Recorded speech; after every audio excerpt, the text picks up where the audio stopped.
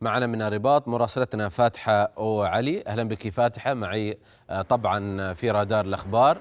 بداية فاتحة، ما الذي حدث في القرقرات بشكل يعني عملياتي من قبل الجيش المغربي؟ أيضا ما طبيعة التهديد التجاري أو على المدنيين الذي كان موجودا قبل التحرك الرسمي المغربي؟ طيب ماجد، سأذكر بما كان يحصل في القرقرات منذ أكثر من 3 أسابيع.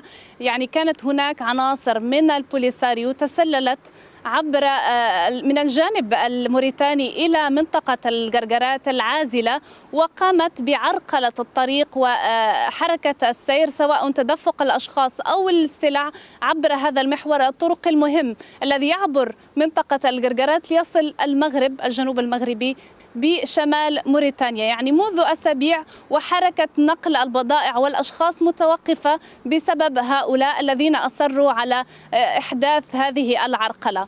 المغرب تدخل من أجل إقامة حزام أمني في المكان الذي يتسلل منه هؤلاء العناصر. يعني ما الأخبار الآتية من هناك تقول إنه بمجرد تحرك الجيش المغربي قامت هذه العناصر بالفرار، وقبل ذلك بإحراق الخيم والمعدات التي معداتهم، ثم لاذوا بالفرار. ولكن الشاهد يعني على كل ما كان هناك هيئة المينورسو، مراقبين عسكريين دوليين وثقوا ما حصل حتى لا يكون هناك أي تغليط أو ترويج لمعلومات مغلوطة عن العملية وعن التدخل الذي أكد الجيش المغربي أن لا نوايا عدوانية له، وأنه يعني تحرى بشدة عدم الاحتكاك بالمدنيين وعدم إطلاق النار.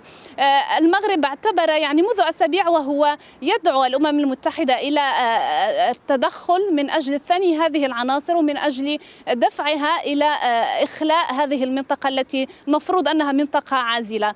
ولكن أمام الإصرار تؤكد الرباط أنه بعد يعني ضبط النفس لفترة طويلة حان الوقت للتدخل من أجل إعادة الأمن والاستقرار إلى هذه المنطقة وفتح الطريق أمام التجار وأمام حركة الأشخاص. هذا ما تم الليلة الماضية، واعتبر المغرب أن ما يحصل من تحركات هي تجاوزات واستفزازات غير مقبولة تنتهك الاتفاقيات العسكرية، كذلك تهدد يعني استدامة وقف إطلاق النار الموقع بين الجانبين منذ العام 1991.